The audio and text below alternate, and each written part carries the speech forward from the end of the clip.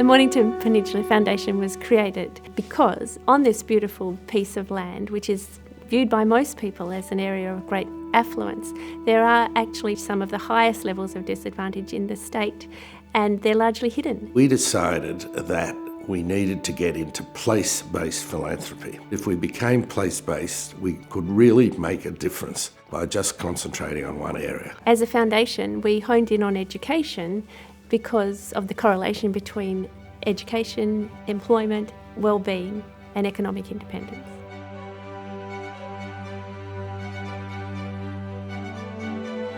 The first major project we did was No Limits, which focused on oral language in kinder and prep. They were telling us basically that they couldn't understand what the children were saying to them and that the children couldn't understand them. And they felt really unable to address this because it was really expected that when a child comes to school, they are able to speak. That work then led to where we are now, incorporating the science of learning into not only the primary schools and the kinders, but also the secondary schools. So my role is a philanthropy funded role, and I work across a number of schools in the local area. It was to address the significant number of students who are enrolling at the local secondary college below academic level. In my initial year in the role, I went to do the Sounds Right training, which is an explicit synthetic phonics course, and I realised as a primary school trained teacher, I thought I knew a lot about literacy instruction, and I realised how little did I know about evidence-based practices. So from there, it really opened up the conversation about the science of reading or science of learning with the steering committee. We meet regularly with the principals and the Mornington Peninsula Foundation, and we really shifted practice in the primary schools towards evidence-based instruction. Since then, the foundation has helped to support the training of 15 teachers or more at the secondary college, and all of the teachers at Tyre Railway Station, Crib Point Primary School, are now putting supports in place for Hastings and Wallaroo as well.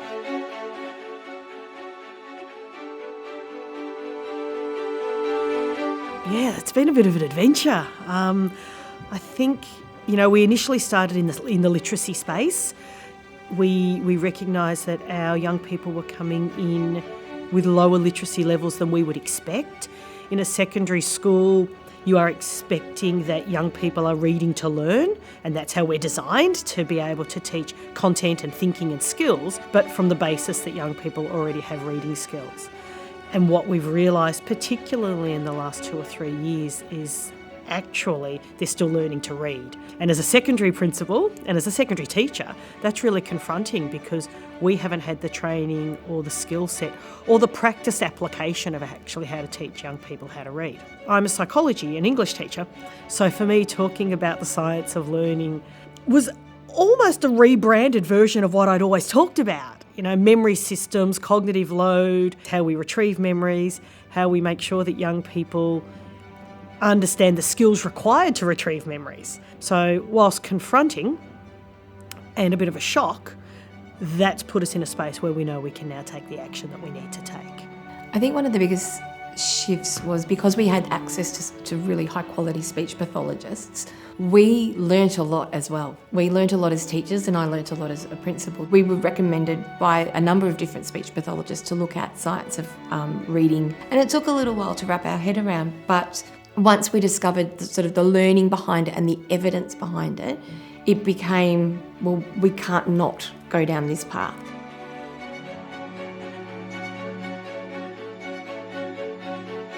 MPF then facilitated the collaboration between schools, which enabled them to share ideas, resources, and even staff. We were able to look at getting more time and more resourcing into the primary schools from the secondary space to really collaborate around what are the academic concerns and what do we need to address, and how can we improve transition to Western Port Secondary College from our feeder primary schools. Reflecting on the time that I've been here, I'm very confident in saying I don't believe our school would be in the position we are in now without philanthropic support. It has allowed us to change the rules a bit. It's allowed us to experiment and to try things that perhaps we would not have been in a position to have tried otherwise. It's almost like having someone to walk beside you. Like there's scope to say, let's try this, what are you thinking? It's a different conversation. In a broad sense, teachers and educators, we all think fairly similarly, and we're exposed to the same readings and the same agendas. But when you're sitting in a room with donors or people who are connected to the MPF, they think differently. So it really broadens our exposure to and encourages us to think differently. That's, for me, as someone that leads the school, that's the exciting part of it. It has been fundamental in the change that we've been able to maintain, because we would never have been able to afford to have speech pathologists here. We wouldn't have been able to afford to have occupational therapists. And to see that the school has become quite well known for the services and supports that it offers our students and our community. And I know that wouldn't have happened without the philanthropic support. The actual cost of it is something that needs to be acknowledged. We wouldn't have been able to achieve that. But the other part of that is the access to the people. You know, the foundation gave us, through their own relationships, access to Tim McDonald and the Classroom Mastery, and having exposure to someone of that level, being able to come and, you know, work with us just down here on the peninsula is amazing.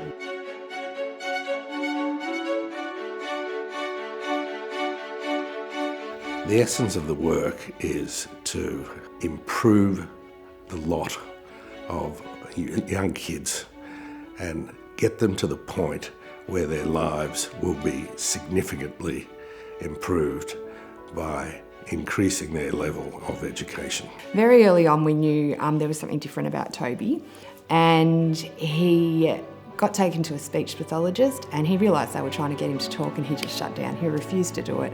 So unfortunately, by the time he started school, he still had significant language problems, but they had the No Limits program, and that started the year he was in prep. Through doing No Limits, because all the other kids in the class were doing it, it was just part of school, he did this entire speech program in prep so that by the end of the year, he could be understood. His behaviours had reduced because he wasn't getting frustrated every day because just nobody could understand him. Last year, he actually won the end of year award for excellence in maths out of all of the grade 3s, so it's changed his life. I love that he's got this chance to grow up being loved and supported, not just by his parents, because every parent does that, but by all of those people around him, by the school and by the people in the community. And he's never going to see himself as the naughty kid or the problem child. He's going to see himself as this funny and exciting and sporty kid that succeeds when he tries.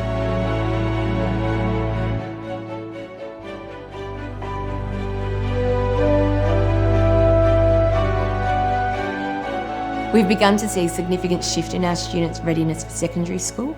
They seem to be more confident. You can see a level of excitement that we haven't seen before. Some kids I don't think would have got to the point where they are with their literacy in terms of being able to read.